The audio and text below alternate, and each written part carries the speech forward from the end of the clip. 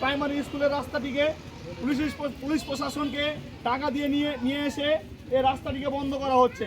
আমাদের এলাকার মানুষের যৌক্তিক দাবি হচ্ছে, যদি তার ন্যায্য জমি হয় সে জমিটি আমরা তার ন্যায্য দাম দিয়ে ক্রয় করে এই রাস্তাটি নিতে যাচ্ছি। তারপরও তিনি আমাদের এই দাবিকে উপেক্ষা করে আমরা এই দাবি নিয়ে পরিষদে বসেছি একাধিকবার। সে পরিষদকে অমান্য করে যখন তখন পুলিশ প্রশাসনকে নিয়ে এসে আমাদের এলাকার জনগণ, এই মেহনতি মানুষ, এই সাধারণ মানুষকে পুলিশের হুমকি ধামকি দিয়ে আমাদের একে যখন তখন বেজ্জতি করা হচ্ছে।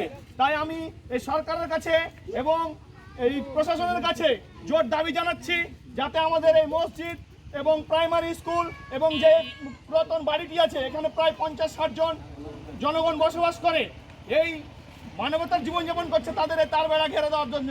তাই আমি আপনাদের কাছে আপনাদের চ্যানেলের মাধ্যমে আমি উদাত্ত আহ্বান জানাই, যাতে করে এই রাস্তাটি অবশ্যই বহাল থাকে। এই কাজটি আপনারা আমাদের এই জনগণের সহযোগিতা করার জন্য অবশ্যই আপনারা করবেন। আমি এনটিভিকে ধন্যবাদ জানিয়ে আমি আমার দাবি শেষ করছি। আসসালামু আলাইকুম।